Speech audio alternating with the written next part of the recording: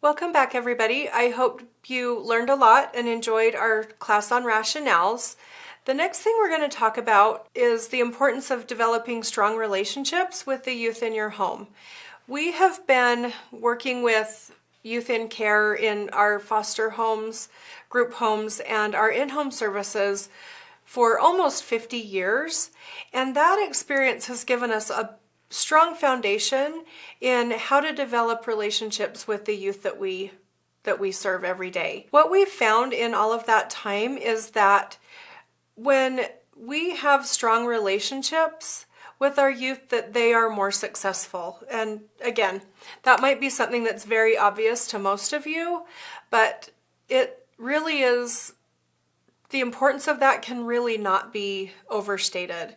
If we're close to the kids that we work with, then they will be more successful, and it's just that plain and simple. With that said, I do want to note that just because something is simple doesn't mean that it's easy. We'll sometimes get youth in the home that are kind of hard to like, to be frank with you. They haven't had a lot of good experiences with adults. They bring some trauma with them and some negative behaviors that can make them a little bit more difficult to like. And that makes it even more important that we focus on developing a strong relationship with them. They've done several studies that talk about the difference between kids who come out of foster care successfully or unsuccessfully.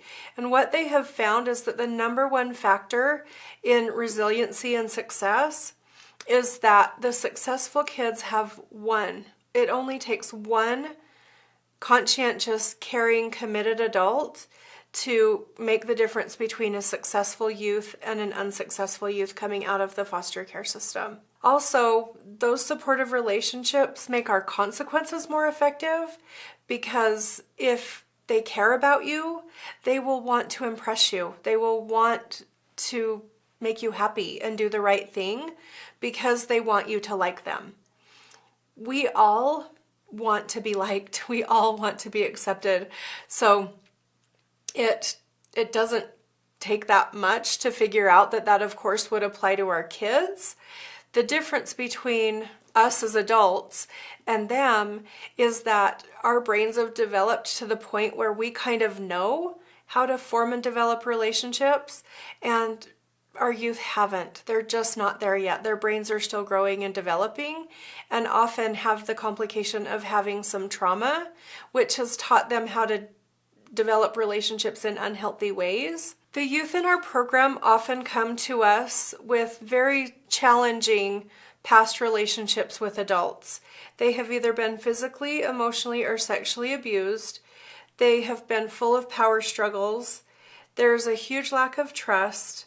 They learn to seek negative attention, or they have no attention from the adults in their lives, or their parents are their friends and not their parent. And they often are ignored or have overly permissive parents that have not put any structure in their lives. Our basic assumptions about the youth that we serve are that our kids will do well if they can, and if we teach them how. The goal of limit setting is to help our kids make decisions for themselves, not to control them. We don't seek compliance for the sake of compliance. Our focus and our aim, our goal, is that the youth that spend time with us are going to come out of our program being really good problem solvers, really good thinkers, and have that internal or intrinsic desire to do the right thing because it's the right thing to do. And a strong component of that is helping them develop strong relationships. We understand that the word discipline actually means to teach and not to punish. So everything that you learn in our classes is with a focus on teaching and never punishing the youth in our program.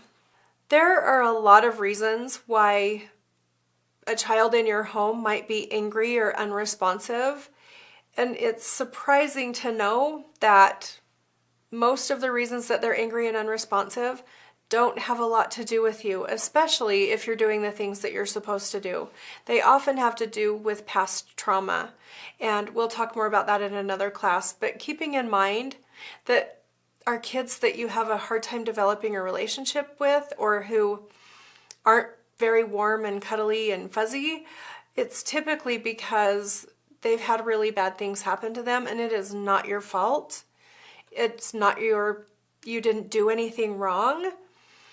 And even with that said, it's still really, really important that you work on developing a strong relationship with that child. We know that the relationship is a critical element of behavior management. And when I say behavior management, that really just has to do with the teaching and the treatment goals that our kids are working on. We know that communication and compromise are learned skills. I really, really wish that kids came right out of the box with everything that they needed to do and know to be fantastic communicators, and they know how to problem solve and compromise and get along with others. That's really why they're with us, is to learn how to be fantastic at those things, but they do not come to us with that set of skills or abilities. We work really hard with our kids to make sure that they learn those things, but it's often challenging, especially for new foster parents, that things that are very common sense for us are not common sense for our kiddos. The last thing that I want to talk to you about in our basic assumptions, it's impossible for one person to engage in a power struggle. And I want to explain a little bit what I mean by that. You'll hear expressions like, well, she made me angry, or he made me lose my temper, or she's not being fair, right? And that made me throw a toy at her, right? These are common things that kids and often even adults say. If a person cuts us off in traffic, and we yell and rant and rave and blame the other person for cutting us off, we're really responsible for our behavior. The youth we work with, I always call them our kids, are really, really good at button pushing and very skilled at engaging in power struggles, or trying to engage in power struggles. The key for us as the adults in the situation is to just not engage in those power struggles. They will do things like they'll slam the door. We want to open it.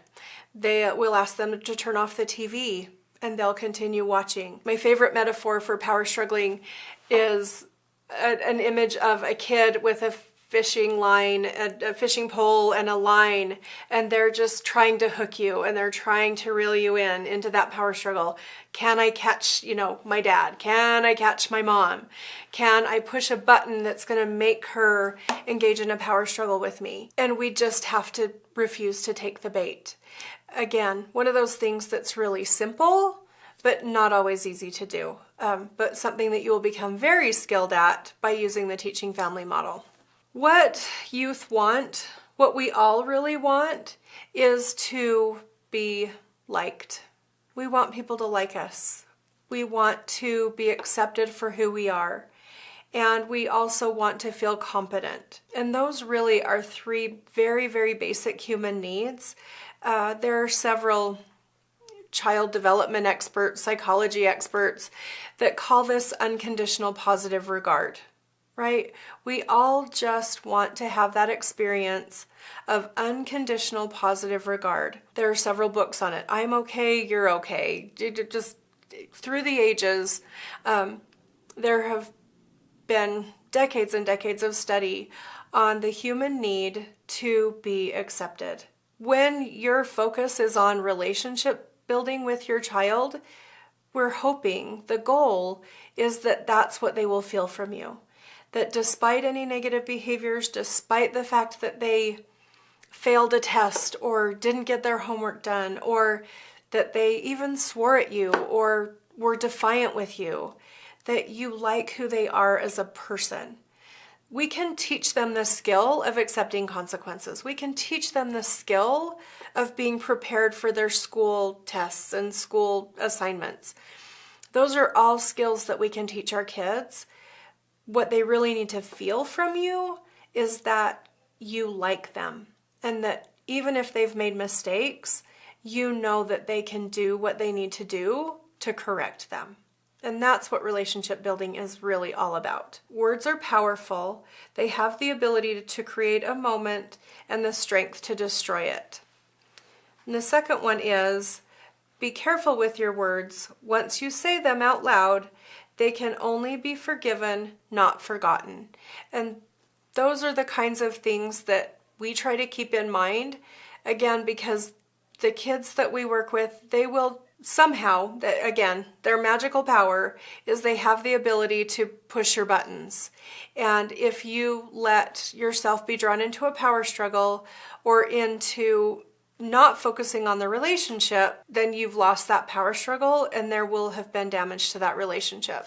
So just keeping in mind that always being mindful of how your actions or your words will affect that relationship that you're trying to develop with that child. Some of the benefits of developing strong relationships with the youth in your home are that they will want to spend time with you and they will actually imitate your behavior. It makes your role modeling really strong and impactful when the youth in your home like you, because they will tend to imitate the things that you do.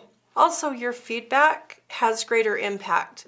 If you can think back to a time where you had a boss that you liked versus having maybe a boss that you didn't like, and the difference between when one or the other of them gave you feedback, it's probably the case that the one that you liked, you were a lot more open to their feedback, and the one that you didn't like, maybe not so open to their feedback. You might have done what they asked you to do, but you probably did it grudgingly, or you didn't do your best work. And the same principle applies here. We want them to communicate their feelings to us. We want to know what's going on with them. And if we focus on that relationship, then they'll be more open to talking to us about the things that are important to them, the things that are troubling them, and the things that have maybe hurt them, and giving them more opportunities for growth. They will use the principle of peer and self-reporting. We haven't talked about that too much, but essentially what peer and self-reporting are, if there is another youth in the home that's maybe making some bad choices, smoking, for example, maybe they saw you smoking at school, and they will be more likely to come and tell you.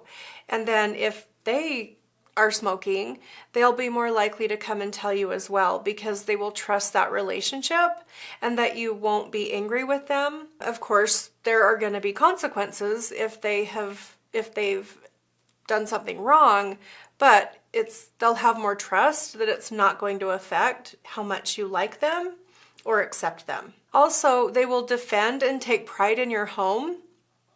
It's so heartening and so encouraging when a new youth comes to a home and they're scared and they're sad, and oftentimes they'll say something like, "I'm not going to listen to you," or "I'm never going to feel at home here. You can't make me like you," things like that.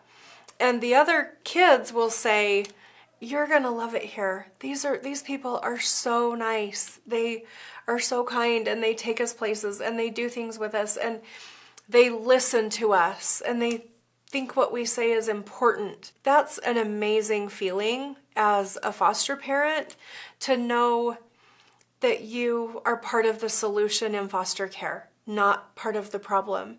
You are part of creating a life for these kids that they might never have under other circumstances.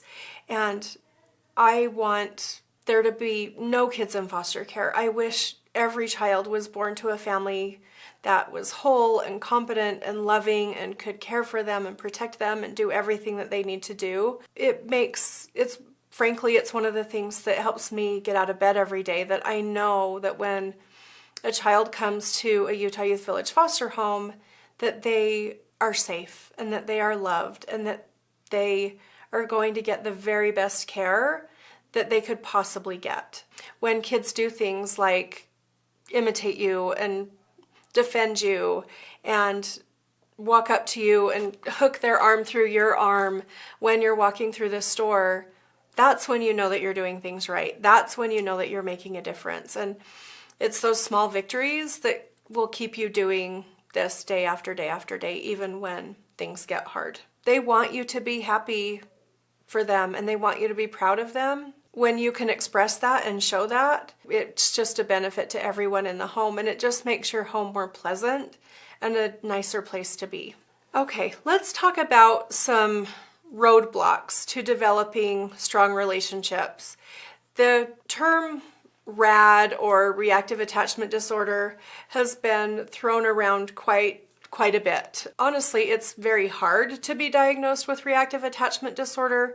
There are very specific criteria that you have to meet to be diagnosed with reactive attachment disorder, but we do have some youth who come to us with that diagnosis, and along with that, most of our kids, honestly, have some kind of an issue with attachment because they were not able to bond with their family of origin, with their mom normally for some reason. They weren't able to trust in their health and safety, and so they often come with us with an issue, a series of issues that make it really hard for them to attach. And those are roadblocks to relationship building with you, because if you've never had a trusting relationship, if you've never felt safe with adults, that isn't going to magically change just because you are a safe person and that you're providing a safe home. They have years and years and years worth of evidence to the contrary, so it's going to take quite a bit to overcome that. So those are things that you just want to keep in mind as you're working with the kids. Patience on your part is usually key in turning those attachment anxieties around, but just knowing that once those have been established, that they're probably always going to be present in some way in the child's life, and just being prepared for that is essential. Okay, we're going to watch a short video on strengthening relationships through effective communication, and then we'll come back. Hello, I'm Julie. I'm a mother of 3 children, and I've also been a foster parent for 5 years. Communicating with my teenager is so easy. Said no one ever. If there is one parenting skill you should learn and master, it's effective communication. All other skills connect to this one skill, and it's also the one skill that will save your relationship with your child when things get rough. It's also the skill that will increase your happiness when things are going well, and we all want that. Think of effective communication as the hub of a wheel. All the other parenting skills you'll learn on Smarter Parenting use effective communication. Now, I know what you're probably thinking. My children should just do what I say, because I'm the parent and they're the child. Well, remember, your child will grow up one day, and without this skill, they'll still be communicating like large babies. If you want to know why your teenager has a hard time understanding you, it's partly because their brain is still developing. Seriously, they're not all there yet. To learn more about what's happening in your teen's brain, aside from nachos and social media, there's a link at the end of this video. In the meantime, you can help your child develop their brain and build relationships by using effective communication. The steps to effective communication are fairly simple, but they are pretty tricky. Number 1, look at them, stay calm, and don't interrupt. Number 2, once they're finished, use their words to describe what you understood. Number 3, clarify if what you said was what they meant. Prompt them to correct you if you're wrong. Number 4, state your thoughts on the subject. It's important that your child use the same steps when you're talking. They must not interrupt, and if they do, you must correct them. Number 5, have them reflect back what they understood.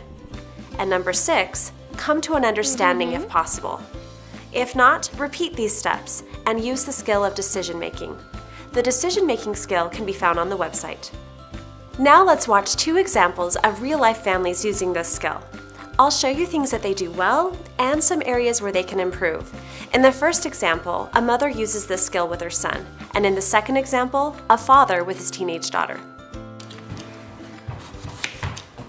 Mom, can I put on your phone? No, sorry, not right now. But why? Because I said so. But why? Jake, not right now. I want you to go wait at the table. So if you notice, the mother was distracted. Let's watch a better example. Mom, can I put on your phone? No, sorry, not right now. But why?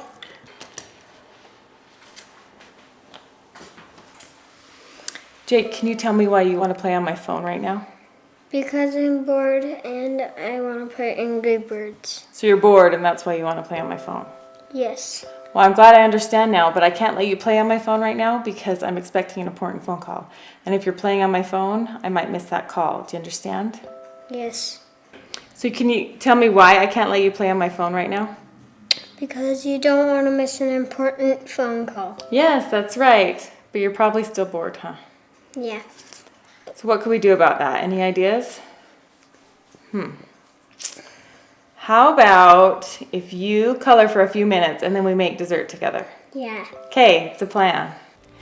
Did you see how the mother took time to explain things and work through them to strengthen their relationship? Now let's watch another example. Hey, Dad. Yeah. So a bunch of friends are going to a movie, but it doesn't end till 1. Can I still go? No, it's after your curfew. But Brooke's mom's going to be there. Hey, I said no. That's final. That is so unfair. If you notice, the dad didn't look at his daughter, and he didn't clarify what she was asking. Let's watch it again. No, it's past curfew. You can't go. But Dad, Brooke's mom will be there and she'll even take me home afterwards. So what you're saying is Brooke's mom's going to be there and give you a ride back, right? Yeah.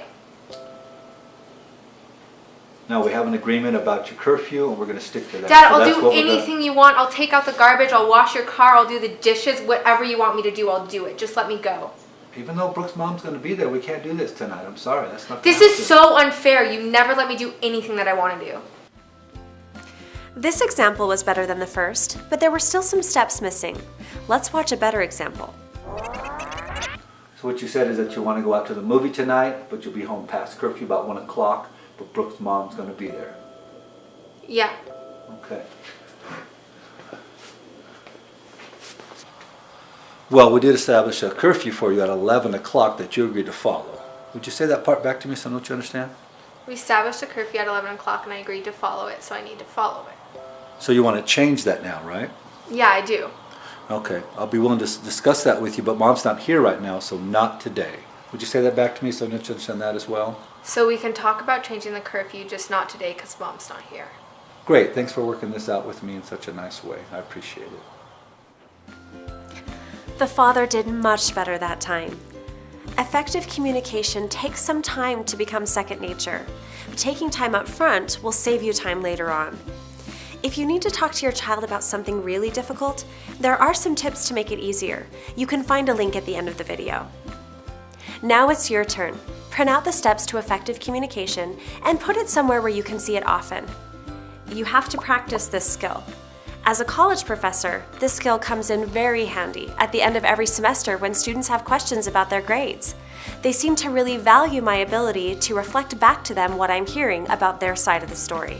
And the great thing is you can use this skill anywhere, with your spouse, with your friend, with your neighbor, even the cashier at the store. Be sure to practice the steps and go over them with your children. Did I mention you have to practice? Once your children know the steps to effective communication, they'll be a lot more likely to follow them. I hope that was helpful for you in understanding how your behavior impacts the ability to develop stronger relationships with the youth that you are going to work with.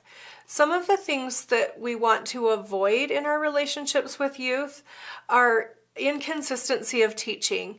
And again, because you're new, I understand that you don't 100% know what that means. But basically what that means is that it's essential for these kids to have a safe and structured environment, to have a predictable environment.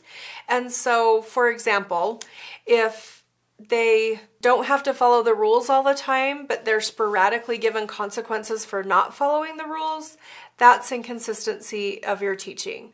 If you say that they need to be home from school on time, for example, and they come home 30 minutes late and nothing happens, and then they come home 15 minutes late and they get in trouble, those are inconsistent expectations. They need to know what your expectations are and that you're going to either praise or give a consequence at the same level all the time. That's kind of that predictability that we're talking about. In addition to that, making deals is really harmful to your relationship with them. Very common example is when a child is acting out and the parent says, if you'll just stop having a tantrum, I'll buy you a candy bar. Things like that. If you're making deals to get them to do what you want them to do, that's very harmful for the relationship, and it really unbalances the power in the relationship because you've actually increased the likelihood that they're going to act out, and then it puts you at a disadvantage and frankly makes you not like your kids very much. Also, inappropriate teasing or joking can be really hurtful. And this is hard because you don't always know what's going to hurt a kid's feelings. What is really okay on one day might not be okay on another day.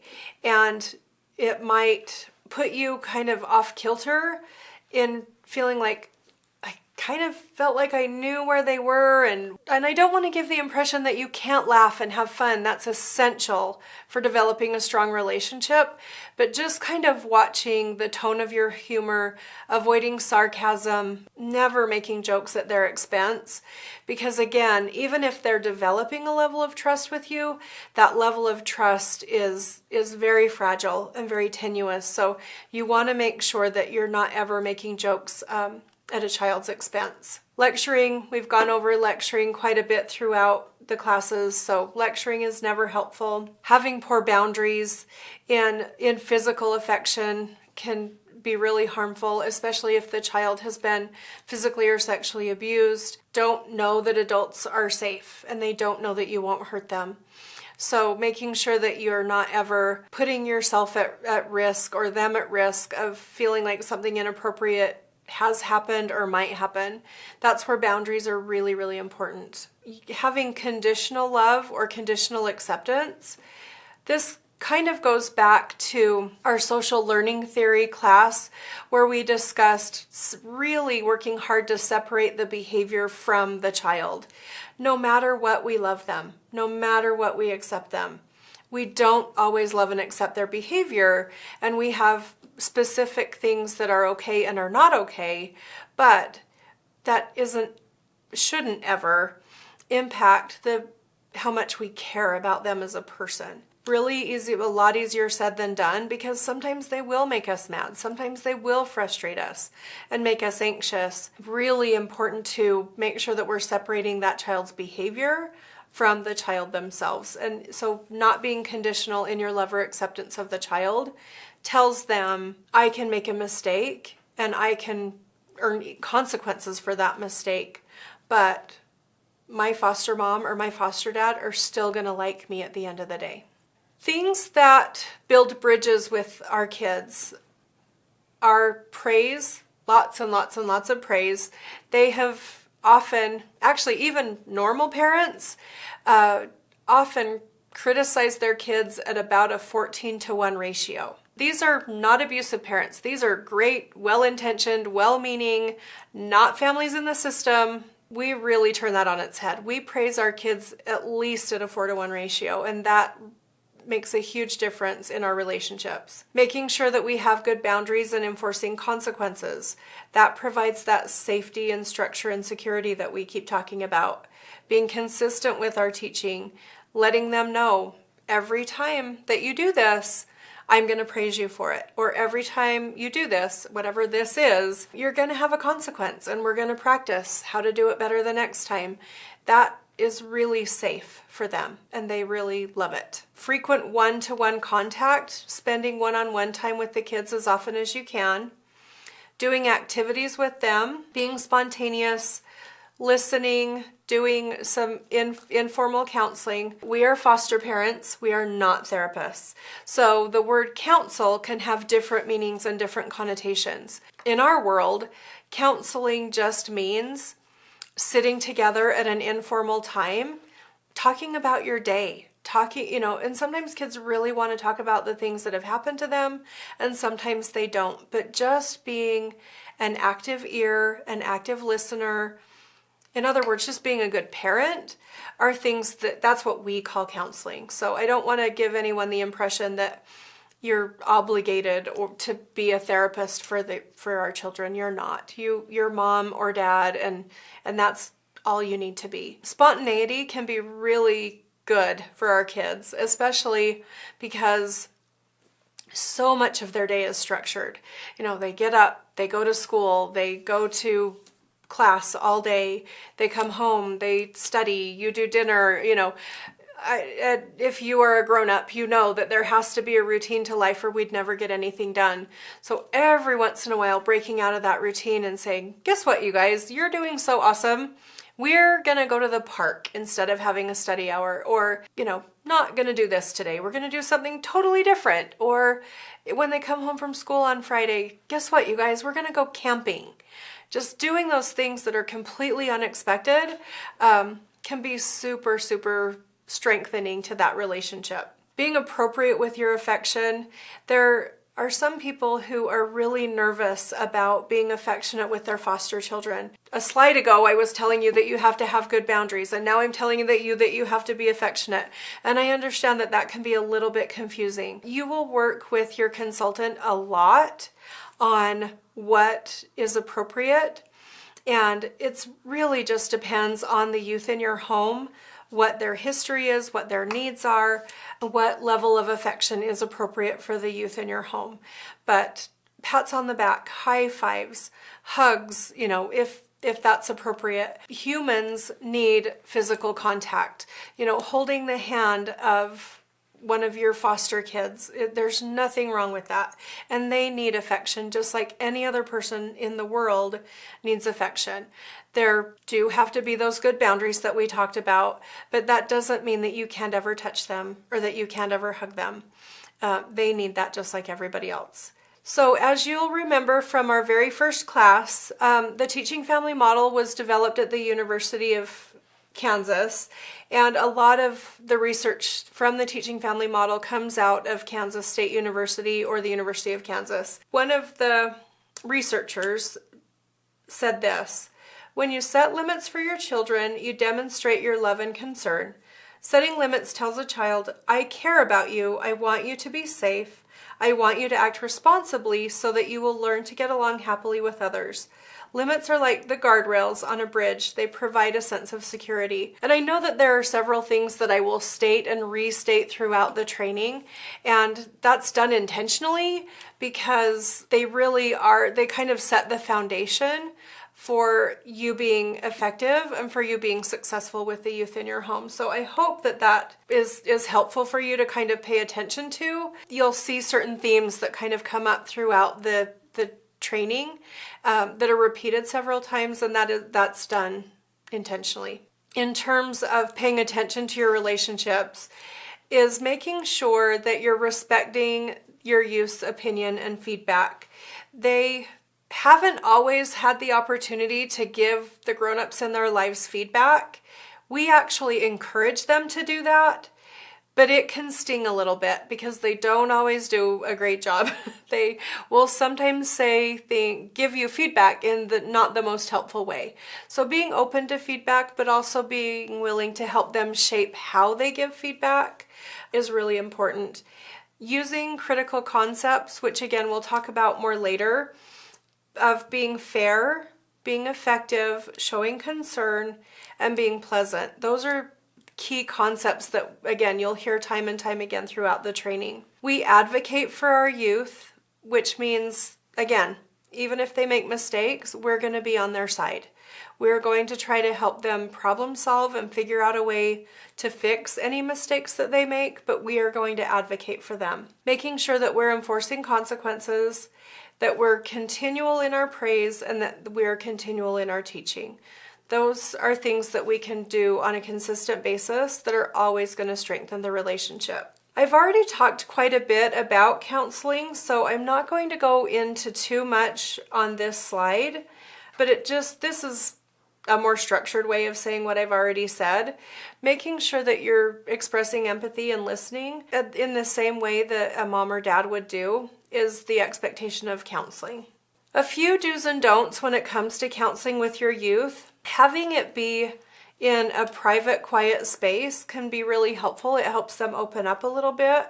You can initiate or you can let them initiate counseling if you can see that something is troubling them or that there's something that they want to talk about, but they haven't been able to bring it up to you, it's fine for you to initiate a time for counseling. Also, making sure that you're setting rules about the counseling. Sometimes our youth will think that because you're counseling, they can swear and they can, be disrespectful and different things like that. Making sure that you're kind of setting up some guidelines so that they, again, know what the rules are. Not giving too much advice. Again, because we're helping people, it's easy to fall into the advice giving mode. When you're counseling, it's actually more powerful if you just listen and share empathy than if you try to solve their problems. We do encourage them to go through a problem-solving process. We avoid solving the problem for them. Make sure that they understand that we are mandatory reporters. There are things that if they tell us, we have to disclose and we have to report. They're going to tell you something in confidence, and it's something that you're mandated to report. The mandatory reporting takes precedence over any promise you gave to keep something secret. So we would encourage you and actually tell you not to tell the child that there are things that you won't disclose, because you can't say that. You can't make that commitment. Again, with keeping with good boundaries, we don't shut the door. We don't spend a lot of alone time with a child in counseling. We never make promises that we can't keep. And we don't use counseling in the place of consequences. This can be really tricky when you know that a youth is really hurting. But if a child knows that you have a tender heart, and most of us do because we cared enough to get into foster care, they can sometimes use the excuse of counseling as a means of getting out of consequences. So you want to make sure that you're having a good balance of consequences for behavior and also making time for that counseling to take place. If there are things that have happened to you, or if there are things that are going on in your personal life, it is not appropriate for you to share those with your foster children. People often do this feeling like they're going to be helpful, but what it typically does is burdens the child with information that they're not equipped to handle, and it's simply not appropriate for you to share your troubles with your foster children. They are children, and you are an adult, and we have a legal and ethical and moral responsibility to respect that difference and always maintain a teaching and a therapeutic environment for them. You can grow very close to your foster kids, and sometimes those boundaries can get muddy. What we want to make sure of is that we don't ever impose or burden a child with something that they shouldn't be burdened with. When do we know that we are not doing a good job in our relationships? This is going to happen to everybody, and it is not a sign of failure. It's not a sign that you can't be a foster parent. You're human. We are all human, and human interactions are muddy and they're difficult, and you will have struggling relationships with your foster kids even though you want to do this with all of your heart. When you know you're not having a great relationship with your foster children, they are often angry, disrespectful, they're avoiding you, they don't want to do the normal things that they would on a day-to-day basis do with you, they speak negatively to you or about you. Those are all big red flags that there's something going on with your relationship. When we see that happen, we actually need to love them more, and we need to redouble our efforts to develop a good relationship with them. Praise them even more than you do. Praise has this ability to increase the child's like of you and your like of them, which I know is not grammatically correct, but you will like them more and they will like you more if you praise them more often. Sometimes that's all you need in order to improve a struggling relationship, is to change your focus from the things that you need to correct to the things that you really like and appreciate about that child. If you find yourself reacting rather than responding to behavior, then you know that you're in a negative cycle and that you're not in a good place in your relationship. If you have a hard time finding things to praise and you just want to give consequence, that's a big clue to yourself that you are having a struggle in your relationship. Also, if you're being sarcastic or punitive, those are also big red flags. If you see any of those signs from either the youth that you're working with or from yourself, that's when I would tell you to increase praise, and that typically will fix that. And always just understanding that you can talk to your consultant about any issue that you have, whether it's a teaching issue or a relationship issue, anything that's going on in your home. What your consultant's role is to support you and help you navigate. So how do we fix this? If we have a struggling relationship, praise, and I'm sure it will be here in the slide later on, spending more one-on-one time. Family activities are activities that don't depend on your youth having their privileges. Taking them out for a shake, going to the park. If you've all had a rough day and you just want to throw in the towel, sometimes it's really okay to do that. And it just helps to reconnect you as a family. Also, making sure that your expectations are realistic, that you're not expecting them to do things beyond their either their chronological age or their developmental age. Know what they're capable of. Making sure that you're participating with them. You're not afraid to go to the park and swing on the swings and get on the teeter-totter and lay on the grass and do all of those things that will help you connect with them. Making your activities messy and fun and very not structured. Playing games and just demonstrating good sportsmanship. Even if you're so frustrated with them and they're so frustrated with you that you can't really look at each other, even if you're playing a video game, just sitting side by side on the couch, they do something and you say, "Wow, good job." That sometimes breaks the ice. Just making sure that you're always being really encouraging. When we're repairing a damaged relationship, we will praise approximation. We will ask the youth for feedback. What am I doing that's making it hard for you to like me? And that, again, can hurt. It can hurt when we ask our kids for feedback and they really tell us what we're doing wrong. I would encourage you to be open to that. They're not saying anything to hurt you. You're actually asking for the feedback, so just be open to it when they give it. We do have a relationship development sheet that's a more structured way to kind of find out what's working and what's not, and that will be in the resource section of your binder. Helping them work on self-determination.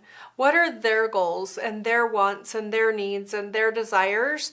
If they have a sense of control, often that's really beneficial. Utah Youth Village and the Teaching Family Model strive to be trauma-informed, and there are several things that we do to be trauma-informed in our relationships.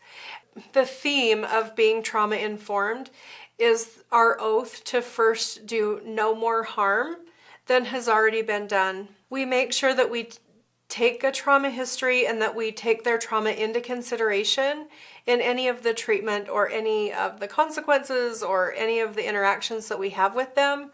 We take that trauma into consideration. We also create an environment where they feel safe and that we have good boundaries with them. We expect them to have good boundaries with us. Don't take the things that they say or do personally.